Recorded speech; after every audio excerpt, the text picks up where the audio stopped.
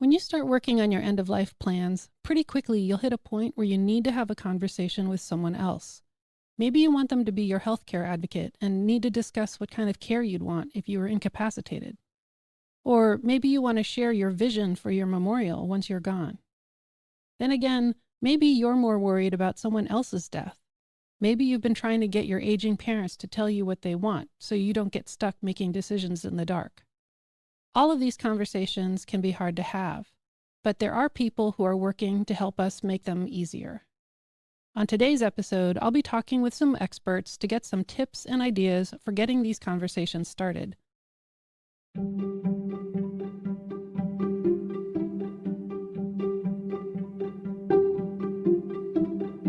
Hello, and welcome to Dying Kindness, the podcast for people who are going to die someday. I'm Sienna Stewart, and I'm going to die someday. You will too. So let's all make some key decisions now in order to be kinder to the people we'll leave behind. If you don't know what decisions you need to make or are overwhelmed by the process, I have a handy template to get you started. Just sign up at my website, dyingkindness.com, to get your copy of the Death Binder template. You'll find other resources there too, as well as ways to support this show. Thanks for being here. Let's get started. Here are the facts. Many of us resist bringing up topics that people find uncomfortable. Most people don't know how to talk about death and dying. In general, conversations are harder when they're very personal or are about topics we don't fully understand, and talking about death can be both emotional and complex. The other thing that's true is that these conversations are really, really important to have. I know you already know that. After all, you're listening to this podcast. What you might not know is that most people actually want to talk about death. They just need someone to start the conversation. How do I know this? Because ever since I started Dying Kindness, I'm the person who's bringing up the topic just by telling people I'm making a podcast. And I have been surprised at how many people immediately jump in and want to talk about it. And I also know that there are many people who don't want to talk about their own deaths, including people who others think should talk about it because they're getting older and more frail. So how do you even bring this topic up? I spoke with the senior director of The Conversation Project and with creators of The Death Deck. Great tools and suggestions for how to talk about end-of-life preferences, both your own preferences and those you might be responsible for.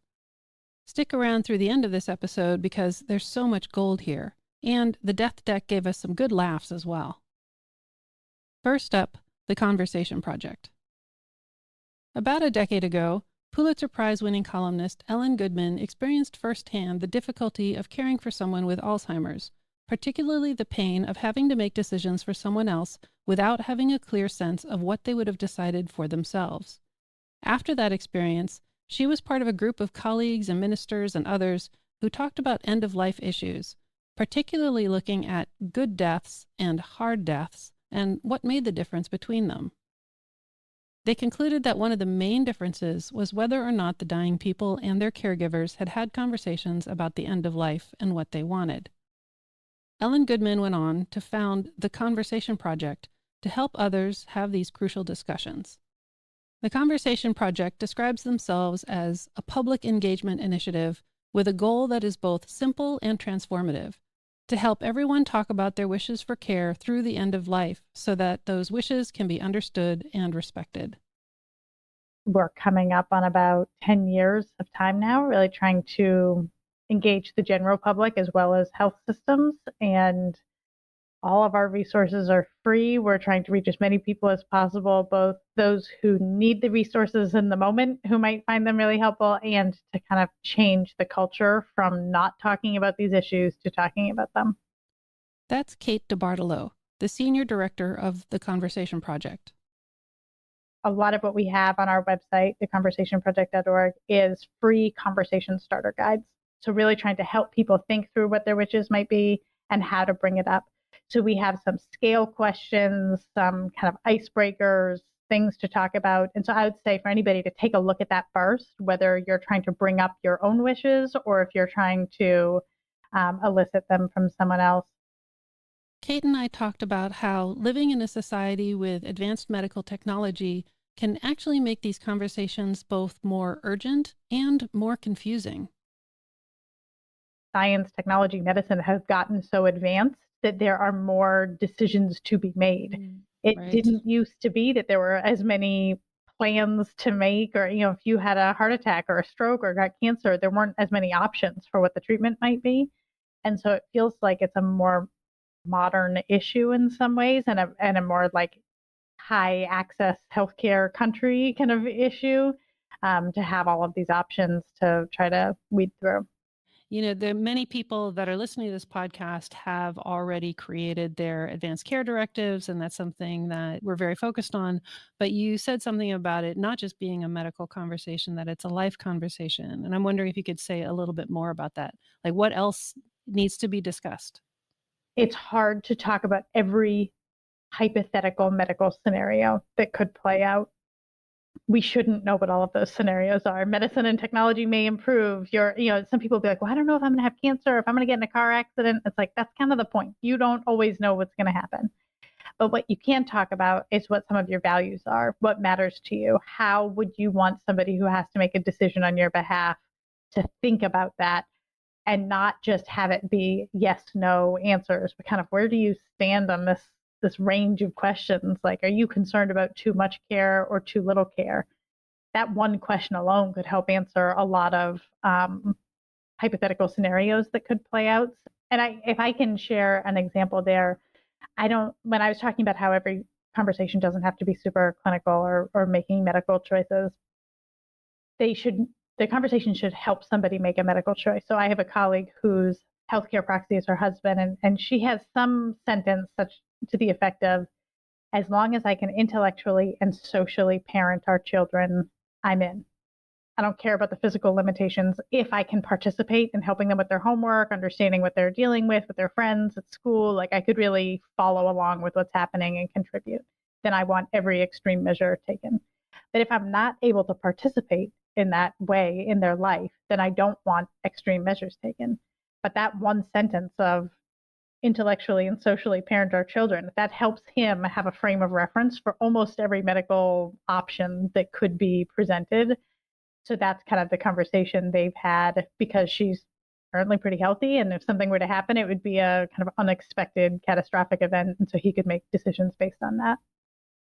That's so valuable. And it speaks to what does life mean to you? What does living Right. mean to you? And not just what does medical care for your body mean to you? And I know a lot It's of clinicians wish they could know that as well. That people will say, like, mm, what should I do what would you do if this was your mom? I was like, well, I don't know what your mom likes to do. So right. if she's like a ballroom dancer where the most important thing ever is, physical abilities, that's very different than somebody who would be super content, in a variety of other circumstances. For my grandmother, it was like, as long as she could have her cat with her, she was willing to live in any kind of setting. She would do all these things, like, as long as Pele could be there. So that was like the deciding factor for a lot of her care choices, based on where could she have her cat with her. I asked Kate for suggestions on how to raise this conversation with someone who's resistant to talking about it. So maybe my first thing would be to say, not to put so much pressure on this being one mega conversation where everything will be covered, but that this might have to be broken out into smaller conversations, or taking advantage of, there's a story in the newspaper and that made me think, I don't know what you would want about X, or you see a movie together, or something happens to a friend or a family member, like, is that the same thing you would want? So sometimes asking little mini questions that can be icebreakers, or something like this, like, I was listening to this podcast, it made me realize I'm not sure what you would want about X. So sometimes using those types of excuses can work. The other thing that comes to mind is almost offering up, here's what I think you would want. Is that right? So they can be like, yeah, yeah, yeah, that sounds good. Or no, but you've kind of articulated something. You're not asking them to state the entire thing, but you're kind of basing it off of what you think they would want. That can sometimes work a little bit better. I guess my last thought or tip on that is really trying to remove the emphasis on how do you want to die or how I want to die, and to have it be on how I want to live my life through the end, or how you want to live Mm, your life, and the emphasis on living and doing that in a way that respects the way you've made so many other choices in your life. You could go through the entire conversation and never bring up death and still get a lot of answers that would help you make decisions. mm, that's fantastic. There are many conversations that we have to have about how we're gonna live until the end of life, that are not with people that we expect to be our healthcare proxies. Sometimes we have to have conversations with individuals in our family because we want them to accept our choices around and not fight with whoever we've designated as our healthcare proxies. Do you have any suggestions or tools for those conversations? I think that that gets a little bit back to making sure that you pick a proxy who you do really trust. And it doesn't always have to be a spouse. It doesn't always have to be the adult child. It can be a college roommate. It can be a cousin. It can be somebody that you really do trust with your healthcare that you can have a good conversation with, and to let other people know that you've chosen the other person. So maybe you can't get into all of the details with siblings or with a parent who's not going to accept what the wishes are, but for them to understand, like, I picked Susie. I need you to know that. I'm going to tell you it. I'm going to put it in an email. I'm going to tell 10 other people so nobody can claim they didn't know this piece of information. She and I have talked. I want you to trust what if she has to make decisions, like, it's not getting into all of the choices and having to defend your choices, because that's a boundary that sometimes is not worth crossing, but just to make it clear who you have chosen or why. Sometimes that's more important than trying to explain all of the decisions to someone. There's a lot of people where their family of origin is not who they want to have involved in making choices, or there is a particular person they do not want in the room. That's worth getting it writing, emailing it to everybody who's around, making sure your doctor knows it, making sure it's in your record. Like, if there's a real concern about someone or something, that's all the more reason to be proactive. But generally, that's not as necessary if people are kind of on the same page about who's in charge. I understand the focus of the conversation project is primarily on, basically non-medical people talking to other non-medical people, like family members and friends about their healthcare decisions or their end of life decisions. I'm wondering if you also have any tools for how to talk to doctors or how to understand what is being discussed or how to weigh different options. As you say, we have so many more options now than we ever had before. How does somebody make those kinds of decisions? And do you have any tools to help that along? Yes, we do have a guide for how to talk to a healthcare team. So that might be how to talk about the care that's right for you, how to be proactive in bringing it up. What do you do if your clinician's like, oh, we've got time for that, don't worry about it? Or what do you do if two clinicians don't agree about the kind of care? And it's also a helpful guide if you're a caregiver or a proxy, of kind of like, how do I feel like I can and should make sure I understand what the options are here? Different issues matter to different people. So I can't assume what you want to talk to a doctor about would be the same thing that I want to talk to a doctor about. And so just kind of giving people steps on how to even think through what questions matter most to you. Are you concerned about cost? Are you concerned about where somebody would receive treatment? Are you concerned about, will they be at this wedding in 2 months? Like, what is it? So the guide kind of helps people with that. We also have a guide. We've got one for caregivers of people with Alzheimer's or other forms of dementia, as well as one for caregivers of children with serious illness.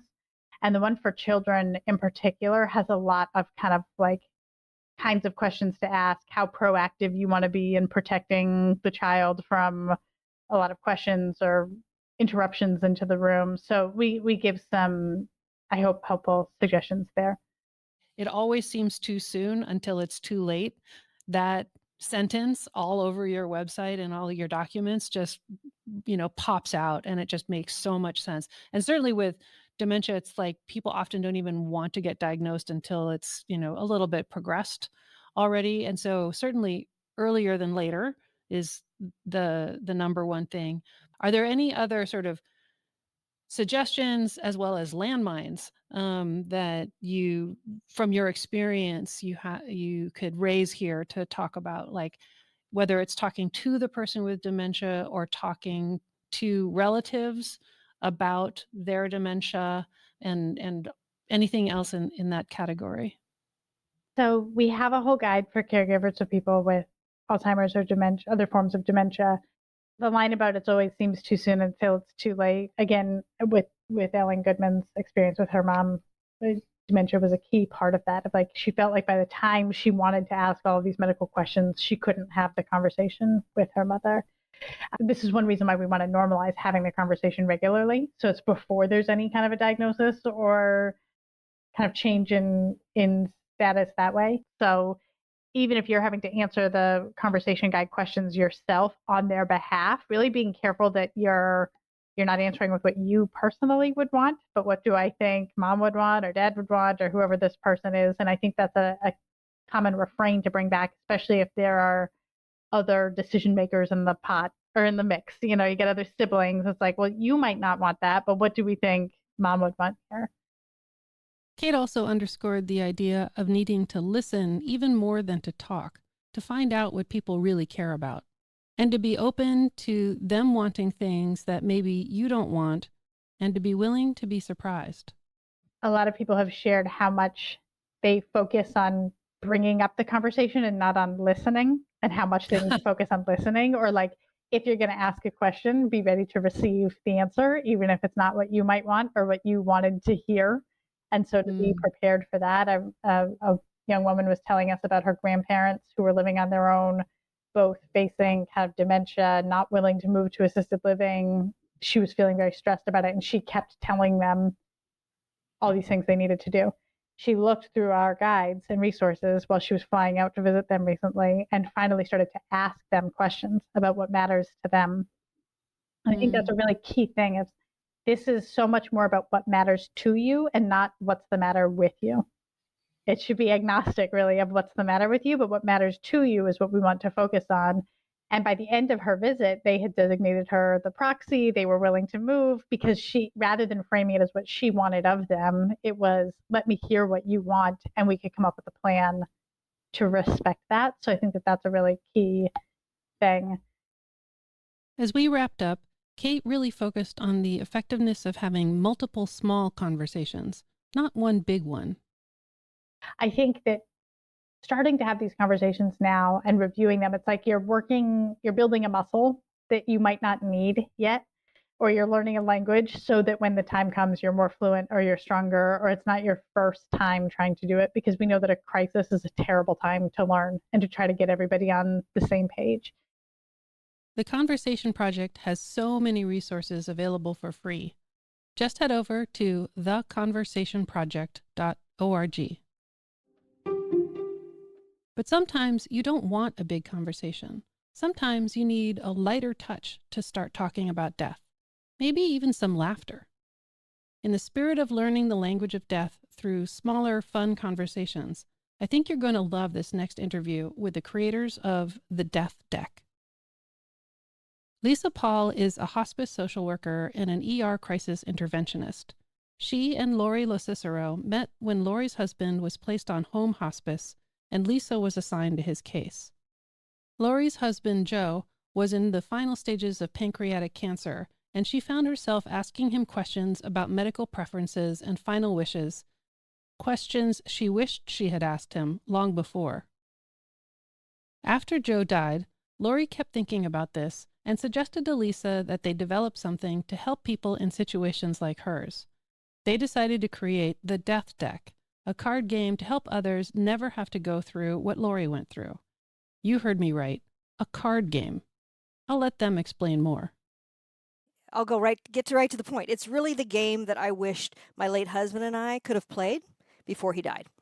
So my backstory is he got married, started a family, got our paperwork together, or so we thought we had all our paperwork together and thought we were prepared. We did wills and advance directives, but he unfortunately got diagnosed with pancreatic cancer. And when he did, we were, in that denial mode and that hope mode, and he was going to beat it. But unfortunately, it came to a point where we realized that he wasn't going to beat it. So had to bring in home hospice, which is where I met Lisa. She was the hospice social worker that came in and helped guide me through. But I realized through the process that we were like most people. We had the one conversation, but then we never talked about it ever again. So when it came to the point where he was actively dying, there were so many things that I felt cheated on, not having asked, not having had conversations, feeling very, very unprepared at the end. And it was a horrible experience. So having conversations with Lisa, I realized, it's very common. It wasn't just me, and set out to do something that could help people. I come from a background of humor and comedy, and felt like that might be a different way to get people talking about these things that we generally don't want to talk about. There are some conversation starters that are really great and helpful. But we are looking at what can we bring to the table? What can we do that's different? And so what we decided on was one, to add humor, to just kind of try to make it a little bit easier to start the conversation. And then the other aspect that we added were multiple choice questions. And the idea with that is that you can partner up and then guess each other's answers. I have the death deck, and using the multiple choice cards felt like a morbidly funny version of that 70s game show, the Newlywed Game. They read a question, and each newlywed would have to guess what the other would answer. As you can imagine, hilarity often ensues. This also happens when you're playing with a death deck. When we play it that way, where you're guessing, it kind of takes the heat off of the person, and it's more about the game of trying to decide, figure out how the other person's going to answer and how you're going to answer. And then the conversations just start flowing, because people, especially spouses, may not know the answer to the question, and so it can get kind of lively. And what we found is that the conversations just keep going. People think they don't want to talk about this, but they do. And what we're trying to do too is to get people to have these conversations before they have to have these conversations. That way, we designed it as a game that can be played as a family or friends game night.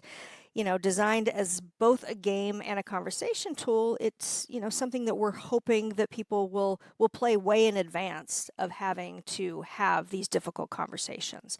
And by having them, you get more comfortable with them. So have them now. Some of the cards in the deck draw directly from difficulties that Lori experienced in caring for her husband, Joe, experiences that were common to so many families that Lisa has worked with. I think one of the things that was the hardest during that last week of his life was kind of deciding how much pain medicine and medication management he would want, and how much he would want to stay alert. It was pretty stressful. The home was stressful because there were differences in opinions, with his family and Lori, in terms of the amount of medicine that he should have and would want. And, that's one of the questions we have in the death deck, is kind of, in those final days, should your family err on which side? One of the things that took me by surprise is that he completely lost the ability to communicate at the end. And that was something that I didn't realize. I never knew that happened. And it's very common, but I was going off of my Hollywood endings, where you speak slower and more dramatically, but you still can speak and have these conversations. And when someone loses that ability completely, I was kind of on my own. I wished we could have had more conversations about what those things could have been, or how he would have wanted that to play out. The goal is just to increase our comfort in these conversations, so that when the hospitalization happens, when an event happens, there's a history of having these conversations that you can pull back from. We designed the deck to be used, this deck to be used for kind of everybody. So people can use it for advanced care planning, as a game night, but we really encourage people to to look through the cards and decide what is best for your audience.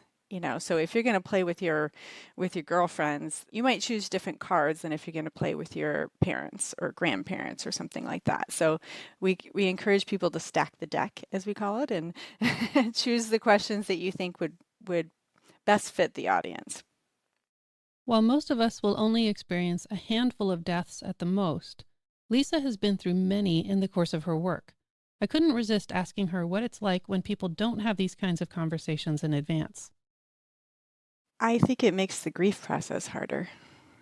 When we, whether it's the ER or hospice setting, when there's chaos and family members not agreeing and people second guessing because they don't really know what the right answer is. I mean, these are really hard questions sometimes. And of course, family members have different responses and ideas about things, and maybe even different conversations with their family member. And so what I see most helpful is when people have had these type of conversations, and when you talk about something, especially something as kind of emotionally charged as this topic, it does tend to stay with you. The dream is that the family member, after the person has had a stroke and they end up in the ER, that the two sons that are standing there say, "Oh, Dad said this 10 times. He does not want to be, he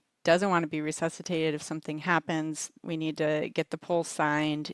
Then they're on the same page. They have confidence that they know what their dad wanted. The flip side is that it's never talked about. There's no decision maker assigned, and the family is arguing it out while the medical professionals try to decide what the best course of action is. The second guessing and the wondering if you did the right thing, it's really hard in grief. The person's gone and you can't do anything about it. And also during that chaos, however long that is, you're losing that precious time to be with that person, to sit with, your loved one and be able to be present and not have all of this, drama and chaos and what if and should I, and I did the right thing, I did the wrong, like taking that out of the equation. I mean, and that's a gift that we give our loved ones by us doing our own paperwork. That is such a gift. Like, you don't have to make that decision. This is what I want. And so, you're able to be with them and just, have that space and time while they're transitioning. I want to underscore that point because I think it's something we can easily forget. One of the great benefits of having these conversations in advance is that when they eventually become relevant, when someone is dying, you don't have to spend all of your time stressing and arguing over what to do. You can instead focus your attention on the time you have left with the people you love. Of course, it can feel a lot to even suggest playing this kind of game. Sometimes people, when you say like a game night and we're going to play this game, it just creates anxiety and they think, I don't know what it's going to be like. And so just starting slow with one card, or maybe you're cooking together with your mom and you're talking and you're cooking and you say, okay, I have this card, Mom, I wanted to ask you this question, and test the waters. They might initially say, "Oh, what are you giving me right now?" Kind of this grumpy thing. But everybody has an opinion. Everybody has something to say. The way that it's structured is that there's 112 cards, 80 of them are multiple choice, and the other 32 are open-ended. But the reason we went with that multiple choice is, we know that putting people on the spot and asking them point blank some of these questions is really difficult. Do you have an advance directive? Oh, I don't want to talk about that. But if you bring a multiple choice and play together and either try to guess each other's answers or just share answers with each other, then you're taking people off that hot seat and just sort of, laughing a little with the humor of some of the answers. But to just bring a card or two, I think people would be surprised as to how long the conversation stretches out just from one question. So that sort of opens the door. So, stacking the deck, if you're going to play, is great. You've got 10 to 15 cards, but just approaching someone and just showing them one of the cards. In terms of the specific questions that are on these cards, I think it's easy to imagine that, it'll have things about your advanced directives and that sort of thing feels very straightforward. But when I actually looked at the deck, I was really enchanted, I would have to say is the right word, to find certain questions in there that were really surprising, things that could be great conversation starters that I would not necessarily have come up with. For example, here's one of my favorite cards. Your spouse dies. Would you read their emails and journals? I mean, that one is like, that's a lively starter. Oh, it is. In front of your spouse. Mm-hmm. Oh, even better. Yeah, in front of your spouse. Oh, my husband and I talked about that question for 2 hours. I don't even remember. One night, we went back and forth on it because there was just a lot to say. I love that. I love that. I also love this. So, of course, I loved the show 6 Feet Under. And the opening of every episode was somebody dying in all kinds of different ways, from completely, expected to completely ridiculous ways. And the fact that you had one of your cards says, which of these would you be most mortified to have as the cause of your demise? An erroneous swim in piranha-infested waters, B, an electrical mishap hanging holiday lights, or C, death by nachos. Well, wasn't the death by nacho, didn't that happen to someone you knew? Not that I knew, but I did read Okay. about. This is the service message to not eat nachos from a gas station, which should have been, obvious anyway, but I think someone had died from the cheese. I also enjoyed that some of the cards pointed to basically like, how do you live your life now? Most specifically, the multiple choice of how often do you let the ones you love know how you feel? And to me, that's one where you get into a conversation and then you're like, wow, maybe I should do that a lot more often. Or, oh, I feel good. I do this a lot. Everybody knows exactly how I feel. Like it seems like that would be a really rich conversation for living, not just for dying. That is part of the point of this game, is not just to be prepared, not just to enrich conversations with family and friends and deepening those connections. Those are all great things, but it's also about, understanding our mortality and the fact that we aren't going to live forever, and we really need to be living the life that we want to be living. And so we love when people, have kind of these, like you said, these rich conversations and even journaling or their own thoughts about it and how you want to live your life with our numbered days. We ended up going through several more cards and sharing our answers. I can confirm that the conversation was lively and interesting. Considering how close I felt by the end to these two women that I'd never met before, I can only imagine how excellent it will be for me to play this game with people I already know and love.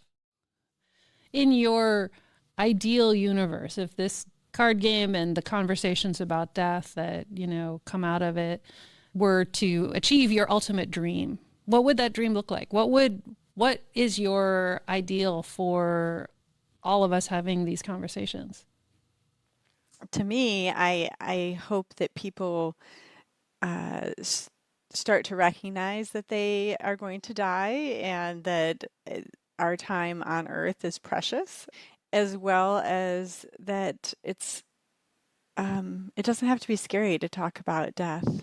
It can be fascinating, it can be interesting, it can be enriching. And the conversations, I mean, the three, we haven't talked before today, but you can feel closer to someone from having these type of conversations. I mean, it's almost immediate. And so I hope that people can also, deepen their connections with their relationships with their family members through these conversations as well. Mm-hmm. Yeah, and I hope that we can reach people to take some of the fear out of death and dying by being prepared and be able to have peaceful deaths. I mean, I know that's not always the case, but I think there's a lot of cases where if you've had these conversations, if you are able to embrace your mortality, if you are able to share all these things we've talked about with our loved ones, and it comes to that point where you're actively dying, to have that peaceful time and that peaceful death. Because I don't think it needs to be so chaotic and so fearful. And like my experience watching my husband die, that there was so many things I wish I could go back and change. But from that, I'm hoping that by playing the death deck, by having conversations, by being better prepared, people can, when they do get to the end, have a more peaceful transition, whatever that might mean to them, but to have that peaceful death. Well, and like many things, it gets easier the more you do it, right? I mean, talking about death and being open to talking about death and grief and these topics, it's, if you've never done it, or you were raised in a family where it wasn't discussed and maybe even hushed, it might be hard at the beginning, which is why we put some softball questions in there. And but the more you talk about it, the more you practice that, the easier it becomes. And again, hopefully that takes away some of the fear and allows for that peaceful death. I think that's great. Thank you. Thank you so much for this conversation. I really appreciate it. And I am going to be pulling these cards out. So anybody who knows me in person, watch out. I'm going to start pulling cards and asking you questions. We love it. We love it. The Conversation Project and the Death Deck take really different approaches, but ultimately they exist for the same purpose: to help others have the conversations that need to happen to support having a peaceful death. I hope one of them, or both, proves useful to you. The Conversation Project has all their guides available for free from their website, theconversationproject.org. And the Death Deck posts questions from their cards on their Instagram feed, The Death Deck. If you want to start asking your friends these questions today, go there and check it out, and then order the full deck from their website, thedeathdeck.com. I'll put links in the show notes.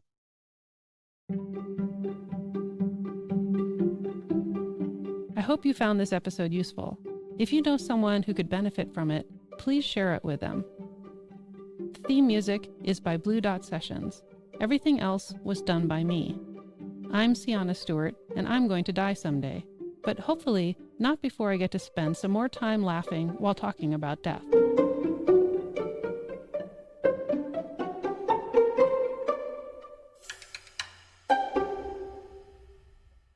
Today's death reading is Death by Sean Hughes.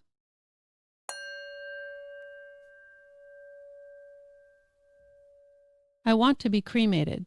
I know how boring funerals can be. I want people to gather, meet new people, have a laugh, a dance, meet a loved one. I want people to have free drink all night. I want people to patch together half-truths. I want people to contradict each other. I want them to say, I didn't know him, but cheers. I want my parents there, adding more pain to their life. I want the Guardian to misprint 3 lines about me, or to be mentioned in the news just before the parrot who loves Brookside story. I want to have my ashes scattered in a bar, on the floor, mingle with sawdust, a bar where beautiful, trendy people will trample over me, again.